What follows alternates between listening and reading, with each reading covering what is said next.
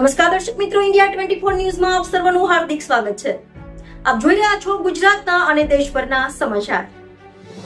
કાંકરેજના Shihori Patan highway ઉપર ગાડીમાં લાગી આગ.